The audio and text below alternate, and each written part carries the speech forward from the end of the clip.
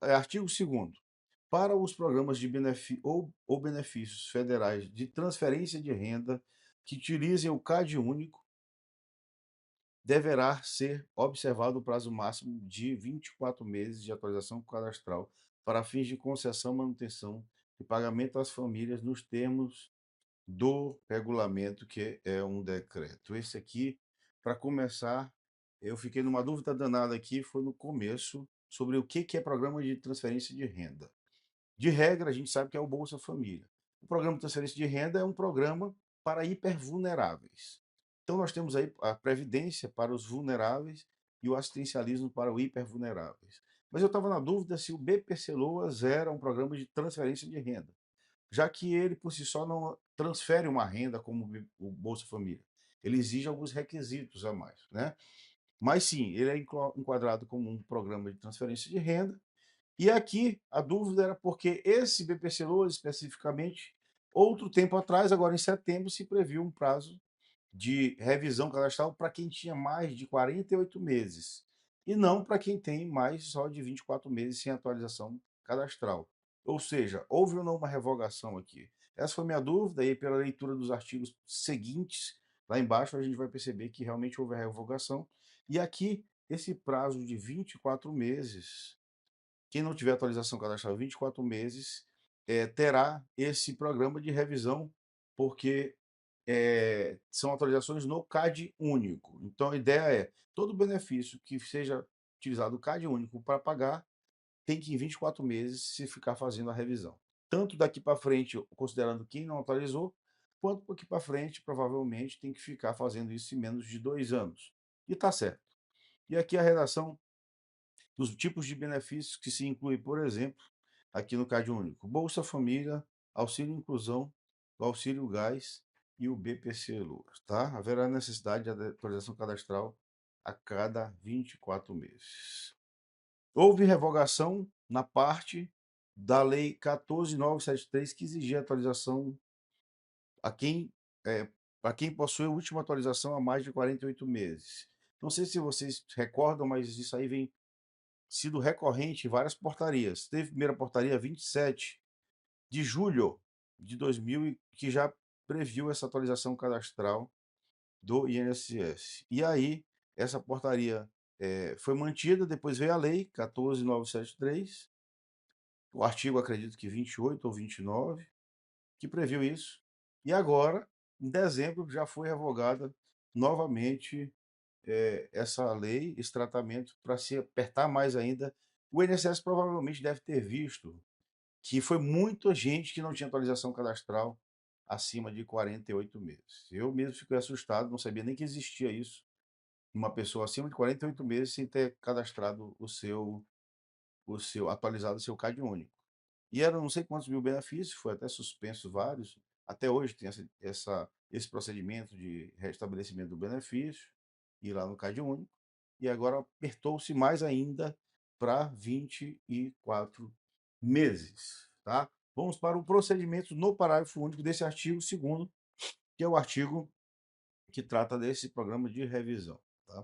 Ressalvado o disposto nos parágrafos 3º e 4º, e esse aqui é que eu quero chamar a atenção. Ressalvadas essas hipóteses aqui, os órgãos responsáveis pela gestão dos programas ou dos benefícios de que trata o CAPT deverão notificar as famílias atendidas, com antecedência mínima de 90 dias, prorrogável uma única vez por igual período, antes da aplicação do parágrafo 5º. Vamos destrinchar esse artigo aqui, tá?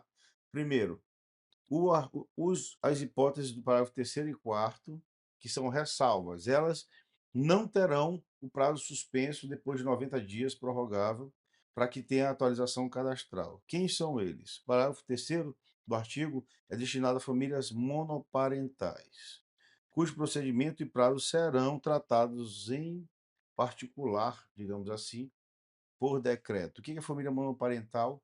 E aí vamos prestar atenção nesse seguinte assunto. Família monoparental aqui. Pessoa que mora sozinha. Tá? Às vezes eu estou tô aqui andando no carro, parado, chega uma pessoa pedindo esmola, e eu pergunto se recebe algum benefício, a pessoa pergunta se mora só, e a pessoa acha que não tem direito porque não tem filho, estudando para receber o Bolsa Família. Até hoje se acredita que o Bolsa Família é aquela bolsa que tinha Bolsa Escola de 2003. Não é?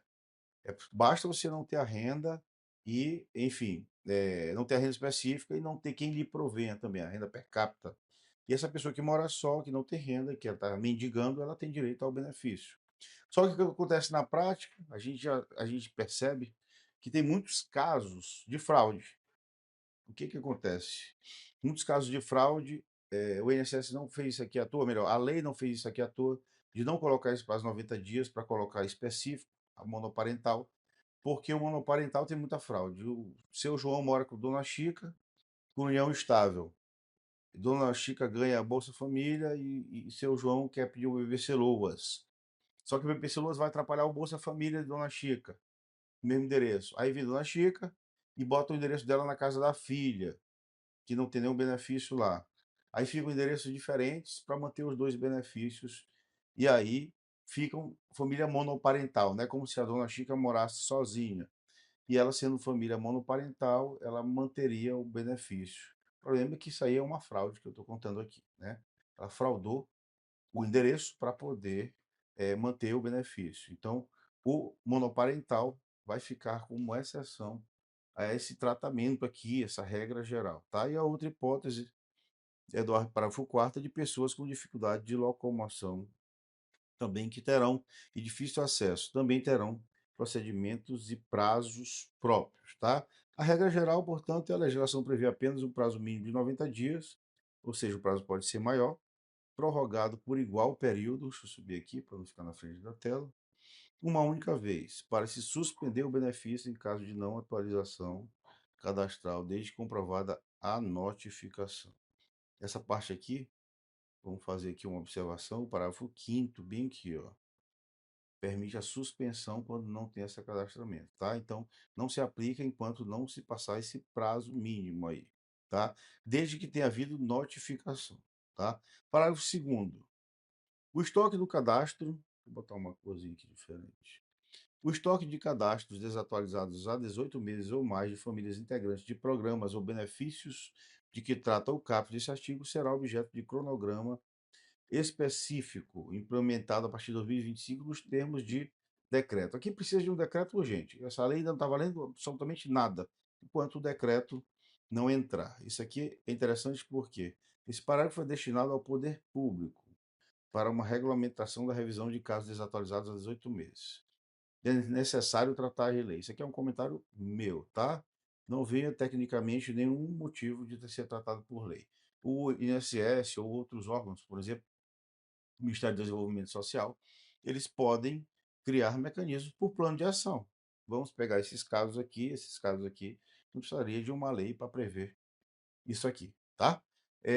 Para fins de concessão e manutenção do benefício de que trata o CAPT, deste artigo, a famílias compostas de uma só pessoa ou a indivíduos que residem sem parentes, a inscrição ou atualização deverá ser feita no domicílio da residência da pessoa, conforme prazos estabelecidos no decreto. O que nós falamos agora, a ressalva de não aplicação desse prazo de 90 dias aqui, tá? Prorrogável, a razão de não aplicação para famílias monoparentais é porque ela será tratada de maneira específica por decreto, tá bom?